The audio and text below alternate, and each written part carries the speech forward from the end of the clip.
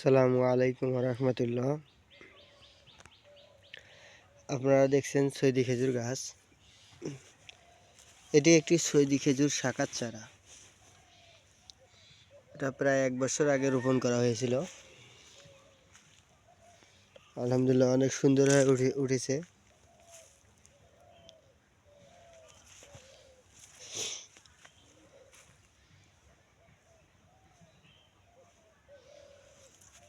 পাশে আর একটি বড় গাছ আছে,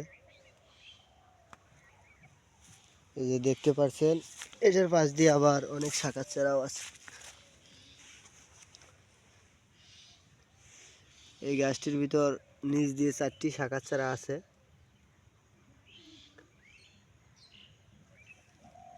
আবার দ্বিতীয় স্টেপে, এটা প্রথম স্টেপ আর এটা দ্বিতীয় স্টেপে আবার দেখেন শাখার চারা বের হয়েছে। এই যে এখানে দ্বিতীয় স্টেপে আবার 6টি শাখার চারা আছে।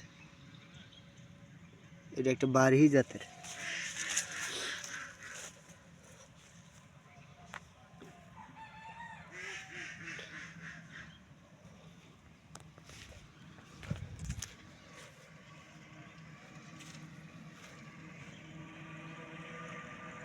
মাশাআল্লাহ গাছ অনেক সুন্দর সতেজ আছে।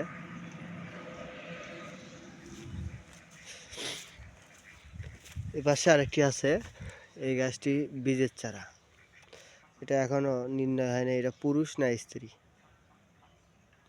এই গাছটাও 1 বছর আগে নিয়ে এসে এখানে রোপণ করা হয়েছে।